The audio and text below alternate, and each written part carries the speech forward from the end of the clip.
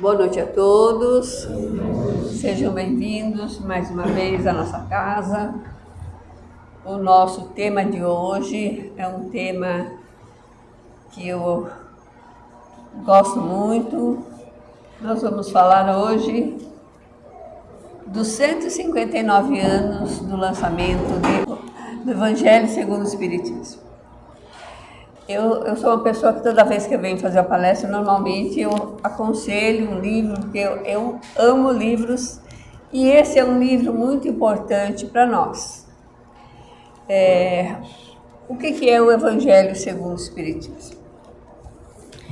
Esse livro foi publicado inicialmente com o título de Imitação do Evangelho. E mais tarde, o Kardec resolveu, aconselhado por outras pessoas, a mudar esse nome para o Evangelho segundo o Espiritismo.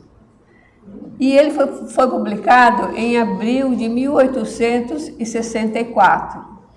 Ou seja, nós estamos comemorando 159 anos do lançamento do Evangelho segundo o Espiritismo. No que consiste o Evangelho segundo o Espiritismo? Então, aqui na primeira página do Evangelho segundo o Espiritismo, nós vamos ver o seguinte: o Evangelho segundo o Espiritismo, contendo a explicação das máximas morais do Cristo, a sua concordância com o Espiritismo e a sua aplicação às diversas situações da vida. Isso foi o Kardec que colocou. E ele colocou ainda mais. Fé inabalável é somente aquela que pode encarar a razão face a face em todas as épocas da humanidade. Então, essa é a primeira página do Livro dos Espíritos. Bom, o meu é meio velhinho, tem essa capa, mas a gente tem diversas edições e diversas capas mais atuais, às vezes as traduções usam palavras diferentes, porém sempre com o mesmo sentido. Enfim, é provável que vocês tenham alguns Evangelhos segundo o Espiritismo que são diferentes do meu, que a gente tem muitas edições. Então, do que trata o Evangelho segundo o Espiritismo? Trata-se do desenvolvimento dos tópicos religiosos ou morais, eu prefiro mais esse termo morais, o Livro dos Espíritos, e representa um manual de aplicação moral do Espiritismo. Porque vocês sabem que o Livro dos Espíritos é o primeiro livro da codificação espírita, é o primeiro livro que o Kardec lançou. Mas depois ele foi ampliando cada um das partes do Livro dos Espíritos. Então, por exemplo, o Livro dos Espíritos em si, na primeira parte, ele traz a filosofia espírita. Depois do livro, Kardec ampliou a segunda parte, que fala do mundo dos espíritos. Ele ampliou para o Livro dos Médiuns, que fala sobre a ciência espírita. E mais tarde, então, veio o Evangelho segundo o Espiritismo, que é a base ou o roteiro moral da doutrina espírita ou, entre aspas, da religião espírita. Porque, na verdade, aqui contém os ensinamentos de Jesus. Jesus não veio, como ele mesmo disse, para criar uma outra religião. Ele veio cumprir a lei do seu tempo, Ele veio cumprir, não trouxe nada de novo. Ele só, vamos dizer, resumiu e explicou o que já estava na lei. O Espiritismo, ele não é uma religião nos moldes da maioria das religiões, que tem um esquema, uma hierarquia de pessoas, que tem dogmas, que tem rituais, que tem roupas diferentes, que cultuam imagens. Isso não existe no Espiritismo. a religião espírita é mais a aplicação dessas normas morais que Jesus nos trouxe, né? Que estão lá nos evangelhos. Então, logo no começo do prefácio daqui do Evangelho segundo o Espiritismo, Kardec colocou esse texto que eu vou lendo e explicando para vocês. Então, porque aqui ele explica qual é o objetivo dessa obra, por que é que ele escreveu o Livro dos Espíritos e no que consiste o Evangelho. Quando eu falar isso, saibam que é do Evangelho que eu estou falando, às vezes pode ter um lapso. Bom, podem dividir-se em 5 partes ou as matérias contidas nos Evangelhos. Então, ele estudando os Evangelhos, ele diz que nós podemos separar esses ensinamentos, ou o que está contido lá nos Evangelhos, em 5 partes, que seriam, primeiro, os atos comuns da vida de Jesus Cristo, né? Então, as coisas onde ele foi, com quem ele falou, com quem ele esteve, os atos comuns da vida do Cristo.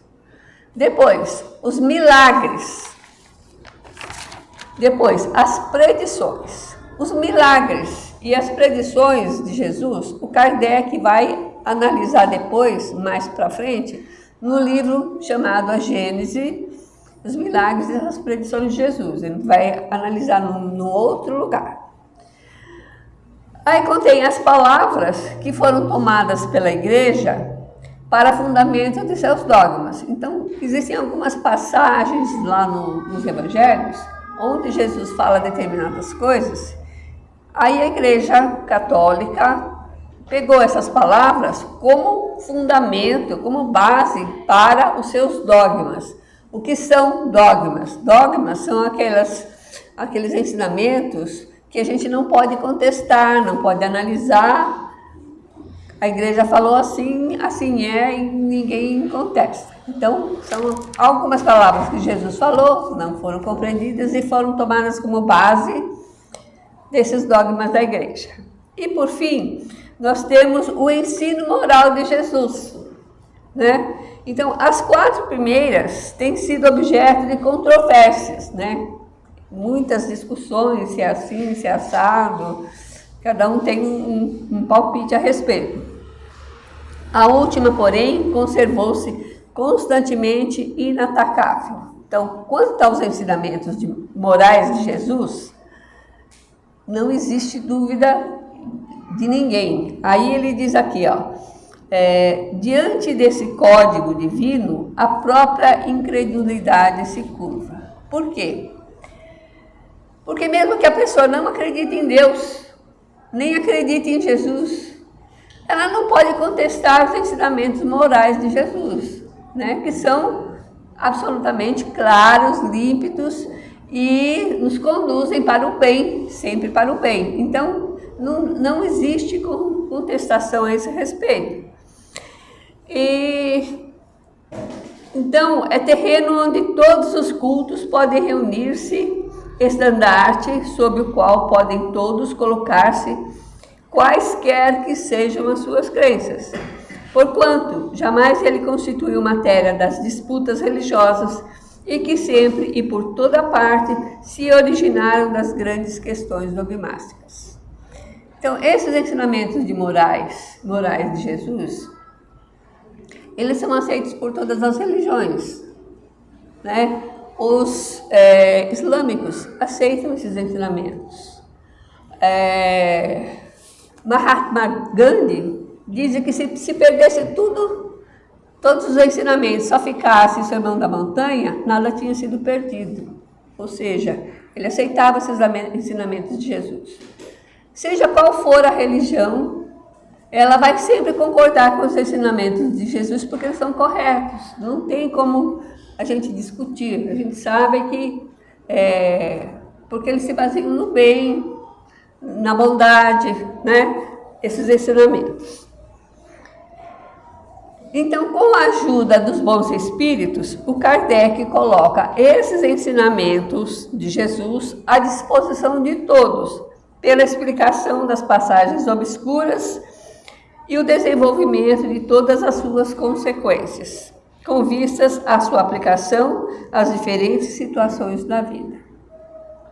Então, mesmo que as pessoas conheçam algumas dessas passagens, muitas pessoas ou não entendem ou tomam apenas sobre o aspecto mais raso desses ensinamentos, não se aprofundam no que está sendo dito aí. Então, o Kardec, com o auxílio dos bons espíritos, ele nos explica isso bem claramente, de maneira que é acessível a todas as pessoas. Não existe dúvida, não existe palavra difícil, não existe sentido figurado, não existe nada disso. É tudo muito claro. E o que facilita com que a gente entenda o que Jesus está explicando ali e qual é a consequência desses ensinamentos da nossa vida. Isso faz toda a diferença, né? Porque se a gente entende o que Jesus explicou e como a gente faz para colocar esses ensinamentos na prática, nós vamos ser uma pessoa muito melhor, né? Muitas passagens da Bíblia e dos Evangelhos parecem ininteligíveis, né? Então, parece que não é possível se entender aquilo que está sendo ali, é uma coisa complexa. Mas o Espiritismo nos dá a chave para que possamos compreender essas situações. Então, o Espiritismo traz as explicações que a gente precisa, aí são peças do quebra-cabeça que se encaixam direitinho, né?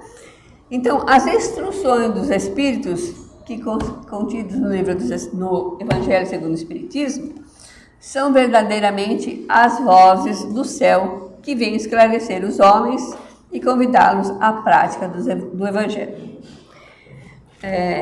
Então, como é que o Kardec fez para elaborar o Evangelho segundo o Espiritismo?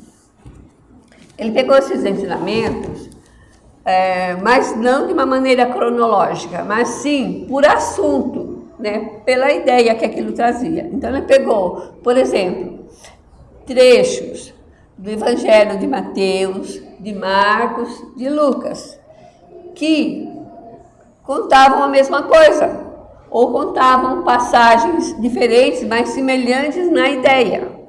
Então, ele traz para cá, para o Evangelho segundo o Espiritismo, ele explica onde está, em qual evangelho que está, em qual capítulo, em qual versículo, traz esses trechos, aí ele vai explicar à luz do Espiritismo.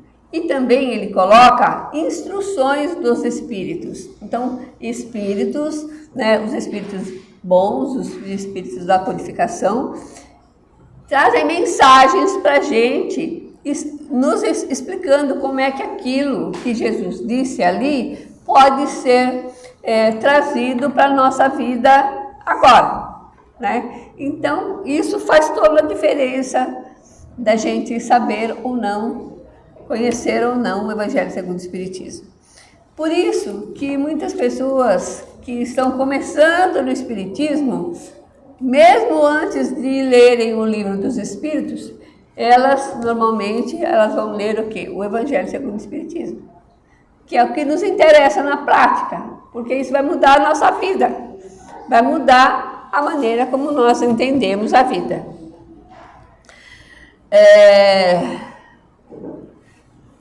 Então, esses espíritos, que são as vozes do céu, eles vêm nos convidar a praticar o Evangelho de Jesus.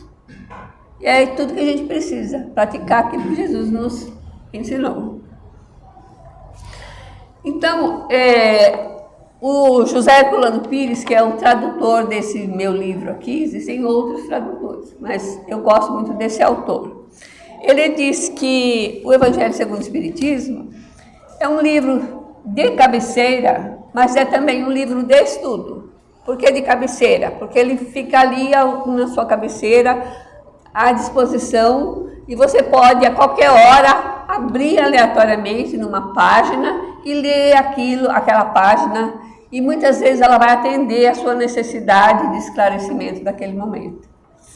Mas ele também é um livro de estudo, é para ser estudado e bem estudado.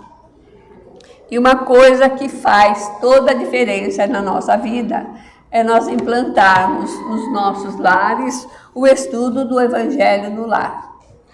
Então, no que consiste o estudo do Evangelho no lar? Vamos reservar um dia da semana, sempre no mesmo dia e no mesmo horário, para fazer uma reunião, né, da família, que é o Evangelho no lar, é para ser feito com toda a família.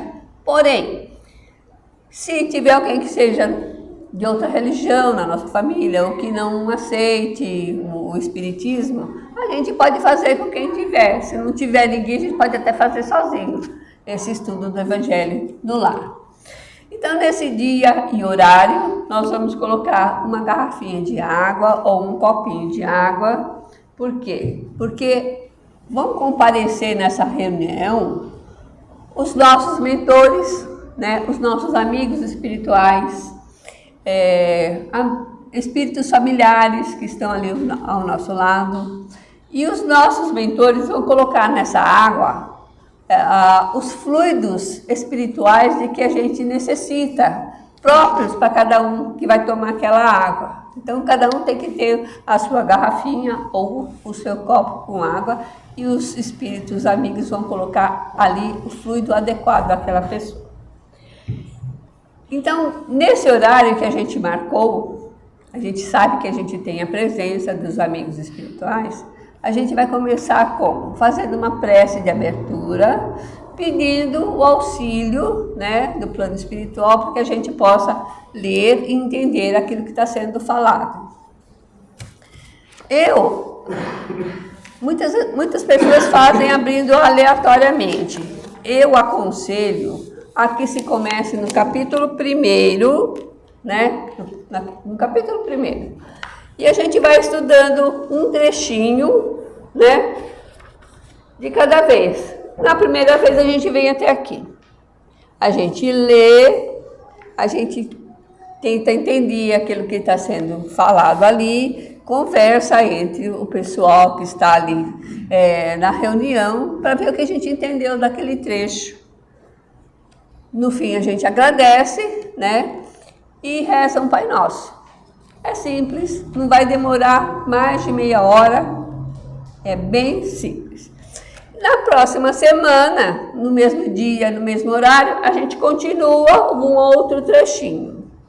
E assim vai, trechinho por trechinho. Se for uma parte muito grande, a gente pode repartir em diversos trechos. Por que eu aconselho a gente a seguir os capítulos? Porque a gente não perde nada, nem o ensinamento aí. A gente pode, eventualmente, abrir o Evangelho num outro horário e ler qualquer coisa que a gente quiser, né? Quantas vezes quiser. Inclusive, a gente muitas vezes aconselha a pessoa a fazer o Evangelho. Por exemplo, no trabalho, está tendo muito problema, muita dificuldade, faça o Evangelho no trabalho. Vai ver como vai melhorar. Por que vai melhorar?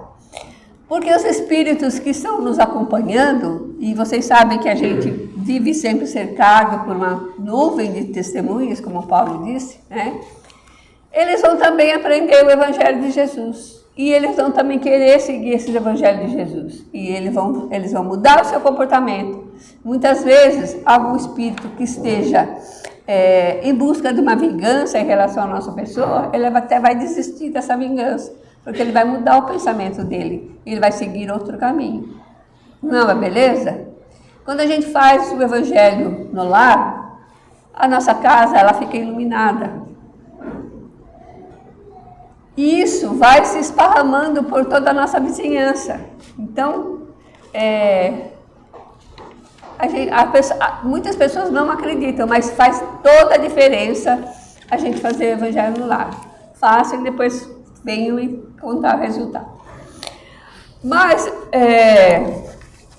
antes de começar o primeiro capítulo, então o Kardec colocou aqui uma introdução.